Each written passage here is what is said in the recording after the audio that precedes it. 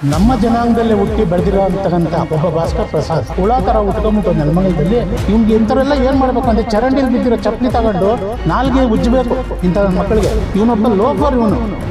9 ಜನ PDOಗಳು ಡ್ಯೂಟಿ ಟೈಮಲ್ಲಿ ಹೋಗಿ ಎಲ್ಲ ಮೋಜು ಮಸ್ತಿ ಪಾರ್ಟಿ ಮಾಡಿ ಅವ್ರನ್ನ ಶಾಸಕರು ಕೇಳಂಗಿಲ್ವಾ? ಇದು ಭಾರಿ ಸುಳ್ಳು, ಸತ್ಯಕ್ಕೆ ದೂರವಾದಂಥ ಎಲ್ಲ ವಿಚಾರಗಳು ಸತ್ಯಕ್ಕೆ ದೂರವಾಗಿರುವಂಥ ವಿಚಾರಗಳೇ. ನೀವು ಹಳೆ ವಿಚಾರಗಳನ್ನೆಲ್ಲ ಎತ್ಕೊಂಡು ನೆಲಮಂಗಲದಲ್ಲಿ ಶಾಂತಿ ನೆಮ್ಮದಿ ಹಾಳು ಮಾಡೋವಂಥ ಒಂದು ಮನಸ್ಥಿತಿನ ಸೃಷ್ಟಿ ಮಾಡೋದಕ್ಕೆ ಹೊಟ್ಟಿದ್ದೀರಾ. MLAಗೆ ಕೆಟ್ಟ ಹೆಸರು ತರುವಂಥ ಒಂದು ವಾತಾವರಣನ ಸೃಷ್ಟಿ ಮಾಡುವಂಥ ನಿಟ್ಟಿನಲ್ಲಿ ನೀವು ಇದನ್ನೆಲ್ಲ ಮಾತಾಡ್ತಾ ಇದ್ದೀರಾ. ಎಲ್ರಿಗೂ ನಮಸ್ತೆ. ನನ್ನ ಹೆಸರು ಗಂಗರಾಜು ಅಂತ. ನಾನು ನೆಲಮಂಗಲ ತಾಲೂಕಲ್ಲಿ ಹುಟ್ಟಿನಿಂದ ವಾಸ ಮಾಡ್ತಾ ಇರೋಂಥ ಸಾಮಾನ್ಯ ವ್ಯಕ್ತಿ ಅಂತ ತಿಳ್ಕೊಳ್ಳಿ. ಈ ಕಳೆದ 3-4 ದಿನದ ಹಿಂದೆ ಏನು ನಮ್ಮ ಭಾಸ್ಕರ್ ಪ್ರಸಾದ್ ಅವರು ಸಾಮಾಜಿಕ ಜಾಲತಾಣದಲ್ಲಿ ಅವ್ರದ್ದೇ ಆದಂಥ ಒಂದು ಚಾನಲ್ ನಿರ್ಮಾಣ ಮಾಡಿಕೊಂಡು ಅದರಲ್ಲಿ ನಮ್ಮ ನೆಲಮಂಗಲದ ಶಾಸಕರ ಬಗ್ಗೆ ಭಾರಿ ಅವಹೇಳನಕಾರಿಯಾಗಿ ಮಾತಾಡಿ ಭಾರಿ ಕೀಳಾಗಿ ಮಾತಾಡಿರೋವಂಥದ್ದು ಎಲ್ಲ ಇಡೀ ನೆಲಮಂಗಲ ಜನ ನೋಡಿರ್ತಾರೆ. ಇದು ಭಾರಿ ಸುಳ್ಳು, ಸತ್ಯಕ್ಕೆ ದೂರವಾದಂಥ ಎಲ್ಲ ವಿಚಾರಗಳು ಸತ್ಯಕ್ಕೆ ದೂರವಾಗಿರುವಂಥ ವಿಚಾರಗಳೇ. ನಾನು ವಯಸ್ಸಲ್ಲಿ ಚಿಕ್ಕವನಾಗಿದ್ದರೂ ಭಾಸ್ಕರ್ ಅಣ್ಣವ್ರಿಗೆ ಒಂದು ಸಲಹೆ ಕೊಡ್ತಾಯಿದ್ದೀನಿ ಈ ಪ್ರೆಸ್ ಮೀಟ್ ಮೂಲಕ. ತಾವು ಹೊರ್ತ್ಕೊಬೇಕು. ನೆಲಮಂಗಲದ ಇತಿಹಾಸನೆಲ್ಲ ನೀವು ಸಂಪೂರ್ಣವಾಗಿ ನಿಮ್ಮ ಒಂದು ಇದರಲ್ಲಿ ಜಾಲತಾಣದಲ್ಲಿ ನೀವು ಹೇಳ್ಕೊಂಡಿದ್ದೀರಾ. ಕಳೆದ 15-20 ವರ್ಷಗಳಿಂದ ಹಿಂದೆ ನೆಲಮಂಗಲ ಯಾವ ಸ್ಥಿತಿಲಿತ್ತು ಅಂತ ಎಲ್ಲ ನೆಲಮಂಗಲ ಜನತೆಗೂ ಗೊತ್ತು. ನೀವೇನು ಅದನ್ನು ಬಿಡಿಸಿ ಹೇಳೋವಂಥ ಅವಶ್ಯಕತೆ ಇಲ್ಲ. ನೆಲಮಂಗಲ ಯಾವ ಮಟ್ಟಕ್ಕಾಗಿತ್ತು, ರಕ್ತಮಂಗಲ ಆಗಿತ್ತು, ನೆಲಮಂಗಲ ಆಗಿರಲಿಲ್ಲ, ರಕ್ತಮಂಗಲ ಆಗಿತ್ತು.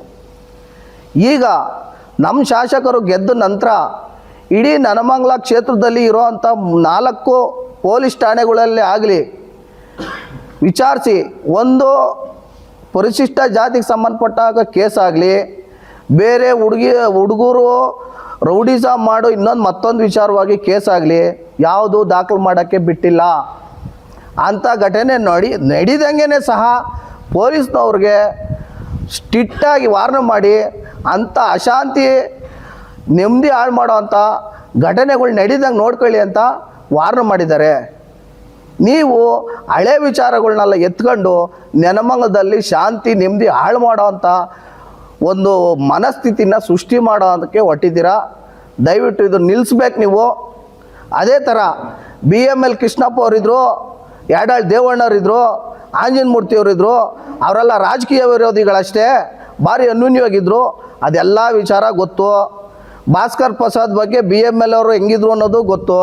ಆಂಜನೇಯ ಮೂರ್ತಿಯವರು ಸೋಲಕ್ಕೆ ಯಾರು ಕಾರಣಕರ್ತರು ಅನ್ನೋದು ಗೊತ್ತು.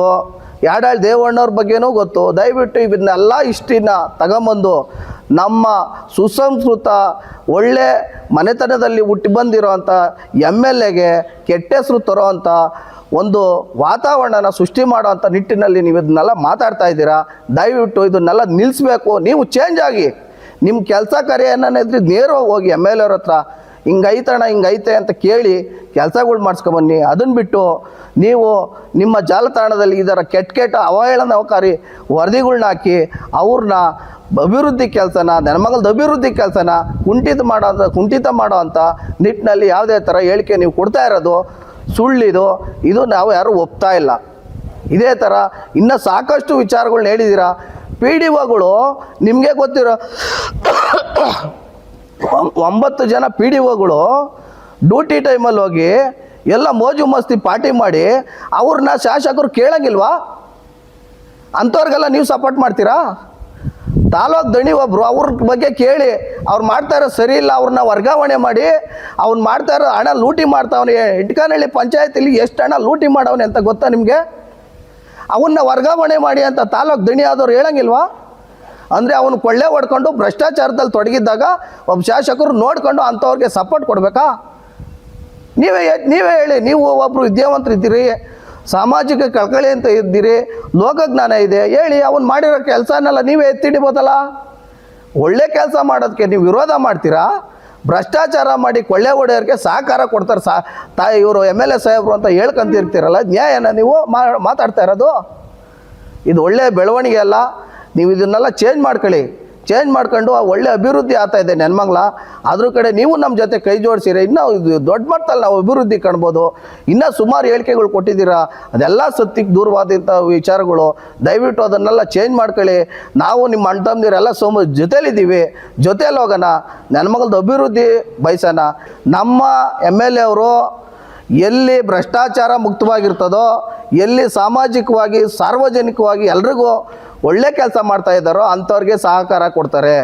EO ಮೇಡಮ್ಮು ಇವತ್ತವರೆಗೂ ಸಹ ನಮ್ಮ ಶಾಸಕರು ಅವರು ಭಾರಿ ಆತ್ಮೀಯತೆಯಲ್ಲಿ ಇದ್ದಾರೆ. ಒಳ್ಳೆ ಅವರಿಬ್ಬರು ಅನ್ಯೂನ್ಯವಾಗಿ ಕೆಲಸ ಮಾಡ್ತಾ ಇದ್ದಾರೆ. ತಾಲೂಕು ಅಭಿವೃದ್ಧಿ ಮಾಡೋ ಕೆಲಸದಲ್ಲಿ ನಿಟ್ಟಿನಲ್ಲಿ EO ಅವ್ರು ಕೆಲಸ ಮಾಡ್ತಾ ಇದ್ದಾರೆ.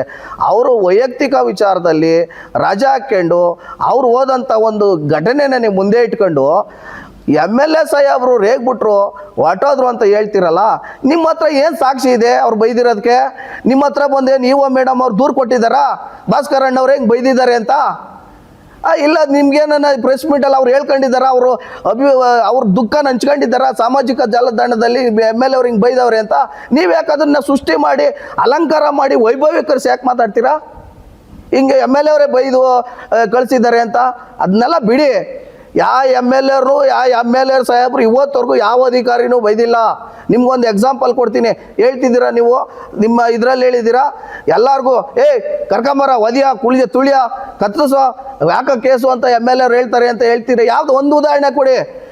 ಏನು ನಮ್ಮ ನೆಲಮಂಗಲದಲ್ಲಿ ನಮ್ಮ ಜನಾಂಗದಲ್ಲೇ ಹುಟ್ಟಿ ಬೆಳೆದಿರೋ ಅಂತಕ್ಕಂಥ ಒಬ್ಬ ಭಾಸ್ಕರ್ ಪ್ರಸಾದ್ ಒಬ್ಬ ವ್ಯಕ್ತಿ, ಅವನು ಏನು ಮಾಡ್ತಾಯಿದ್ದಾನೆ, ಇಡೀ ಸಮೂಹ ನಮ್ಮ ಸಮೂಹ ಎಲ್ಲ ಏನಿದೆ, ಇಷ್ಟೊಂದು ಜನ ನಾಯಕರುಗಳು ಏನಿದ್ದಾರೆ ಎಲ್ಲ ನಮ್ಮ MLA ಅವ್ರು ಪರವಾಗಿದ್ದಾರೆ. ಯಾಕೆಂದರೆ ಏನೋ ಒಂದು ಅಭಿವೃದ್ಧಿ ಕೆಲಸನೂ ಮಾಡ್ತಾವ್ರೆ, ನಮ್ಮವರು ಅಂತ ಬಂದಿದ್ದಾರೆ.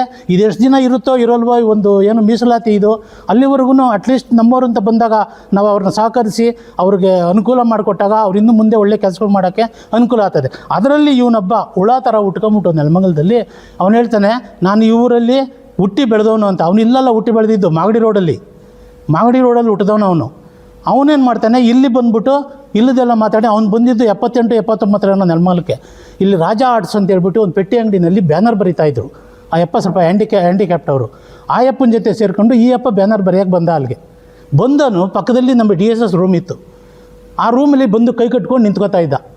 ನಿಂತ್ಕೊಂಡು ಎಲ್ಲ ವೈಖರಿಗಳನ್ನು ನೋಡಿ, ರಾಮಪ್ಪರು ಅಧ್ಯಕ್ಷರಾಗಿದ್ದರು ಅವಾಗ, ಎಲ್ಲ ನೋಡ್ಕೊಂಡು ಇದು ಮಾಡ್ಕೊಂಡು ಏನು ಮಾಡ್ದ, ಸ್ವಲ್ಪ ದಿನ ಅಲ್ಲಿ ಜೊತೆಲೇ ಓಡಾಡ್ಕೊಂಡಿದ್ದ. ಅದಾದಮೇಲೆ ದುಡ್ಡಿನ ಆಸೆ ಜಾಸ್ತಿ ಆಗೋಯ್ತು ಅವನಿಗೆ. ಇದು ಪ್ರೊಫೆಸರ್ BK ಅವರ ಸಂಘಟನೆ, ಇಲ್ಲಿ ಯಾವುದೂ ನಡೆಯಲ್ಲ, ಇಲ್ಲಿ ನಾನೇನು ಮಾಡೋಕ್ಕಾಗಲ್ಲ, ನಾನು ಇವ್ರ ಮುಂದೆ ನಾನು ಬೇಳೆ ಬೇಯಲ್ಲ ಅಂದ್ಬಿಟ್ಟು ಎಂಥದೋ ಒಕ್ಕೂಟ ಅಂತ ಕಟ್ಕೊಂಡು ಹೊರಗಡೆ ಹೊರಟೋದ. ಈ ಥರ ಇದು ಮಾಡ್ತಾನೆ. ಆಮೇಲೆ ಏನು ಮಾಡ್ತಾನೆ, ಈಗ ಸಾಹೇಬರು MLA ಸಾಹೇಬರು EO ಮೇಡಮ್ನ ಬೈದ್ಬಿಟ್ಟು ರಜಾ ಕಳಿಸ್ಬಿಟ್ರು ಅಂತ. ಆಯಮ್ಮವ್ರು ಕೇಳಿದ್ರೆ ನನಗೇನು ಗೊತ್ತೇ ಇಲ್ಲ ಈ ವಿಚಾರ, ಸಾಹೇಬರು ನನ್ನ ಹತ್ರ ಏನೂ ಮಾತಾಡಿಲ್ಲ, ನಂದೇನೋ ಪರ್ಸ್ನಲ್ ಕೆಲಸ ಆಯಿತು, ನಾನು ರಜಾ ಹಾಕಿ ಹೋಗಿದ್ದೆ. ಹಿಂಗಿರೋವಾಗ ಇವನು ಯಾಕೆ ಈ ಥರ ಎಲ್ಲ ಹೇಳಬೇಕು? ಸುಳ್ಳು ಎಲ್ಲ ಯಾಕೆ ಏನು ಮಾಡ್ತಾನೆ? ಬರೀ ಬಚ್ಚಲ್ ಬಾಯಿ. ಇವ್ನಿಗೆ ಇಂಥವರೆಲ್ಲ ಏನು ಮಾಡಬೇಕು ಅಂದರೆ ಚರಂಡಿಲಿ ಬಿದ್ದಿರೋ ಚಪ್ಪಲಿ ತಗೊಂಡು ನಾಲ್ಗೆ ಉಜ್ಜಬೇಕು ಇಂಥ ನನ್ನ ಮಕ್ಕಳಿಗೆ ಅಂಥ ಕೆಲಸ ಮಾಡ್ತಾನೆ ಇವನು. ಎಲ್ಲ ಇವನೊಬ್ಬರಿಂದನೇ ಎಲ್ಲ ಸೃಷ್ಟಿ. ಇಂಥವ್ರನ್ನ ನಿಜವಾಗೂ ಪೊಲೀಸ್ನವ್ರು ಯಾಕೆ ಬಿಟ್ಕೊಂಡಿದ್ದಾರೆ ನನಗೆ ಗೊತ್ತಿಲ್ಲ. ಇವನೊಬ್ಬ ರೌಡಿ ಶೀಟರ್ ಇದ್ದಾನೆ. ರೌಡಿ ಶೀಟರ್ ಇದ್ದರೂ ಕೂಡ ಇವನ ಬಗ್ಗೆ ಯಾವುದೇ ಇದನ್ನು ತಗೋತಾ ಇಲ್ಲ.